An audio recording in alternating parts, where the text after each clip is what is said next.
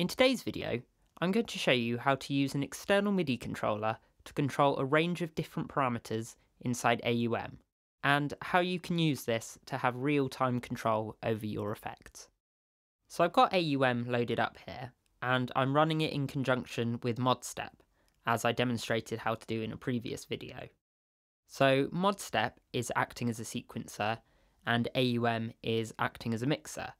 So I've got a drum beat, bass line, and an arpeggiated synth part all sequenced in ModStep. So I'll hop over there now and quickly play it for you.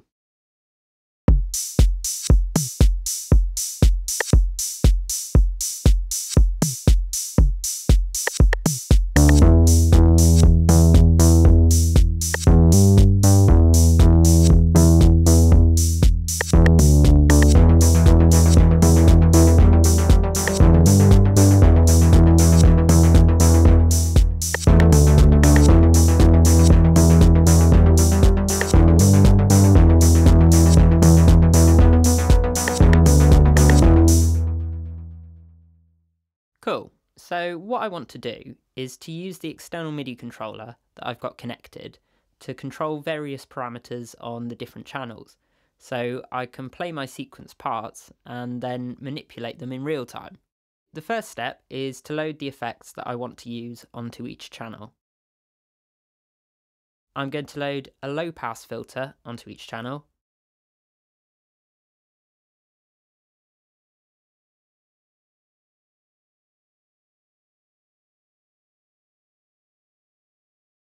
and I also want a bit of reverb on the arpeggiated synth part, so I'll load an instance of the FS freeze verb as well.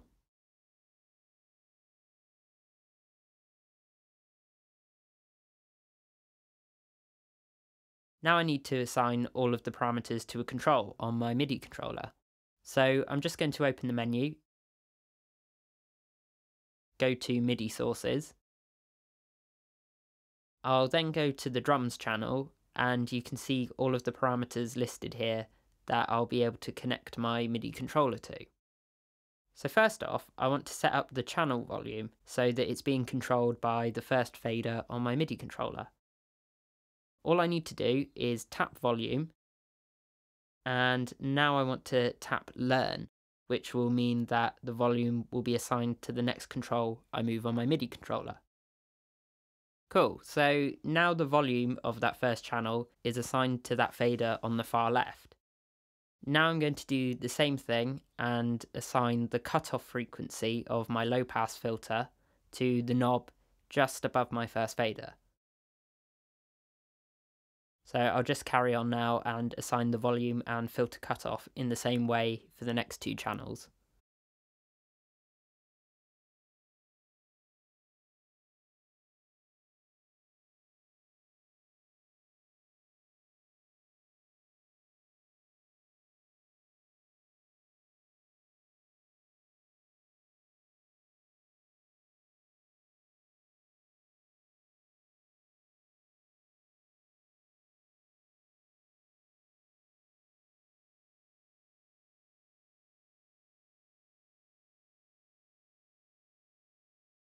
Finally, I want to assign the room size of the FS freeze verb to knob number 4 on my MIDI controller.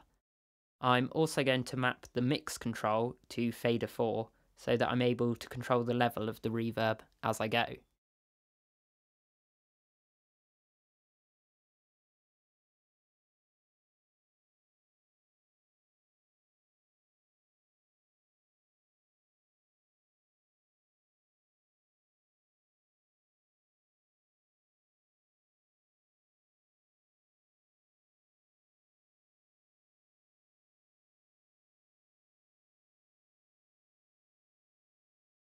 Awesome, so everything is assigned now, and I'll play my track back for you and demonstrate how I can now use these parameters that I've assigned to create some cool effects.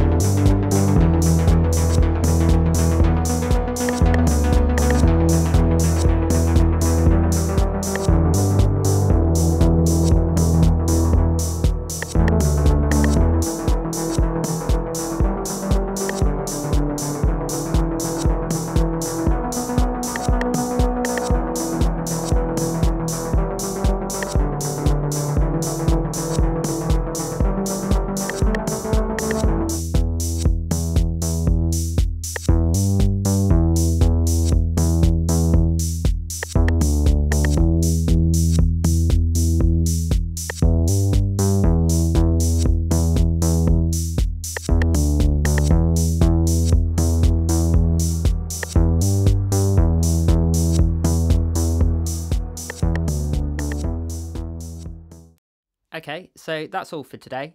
Thanks for watching, and keep an eye out for the next video in our AUM tutorial series.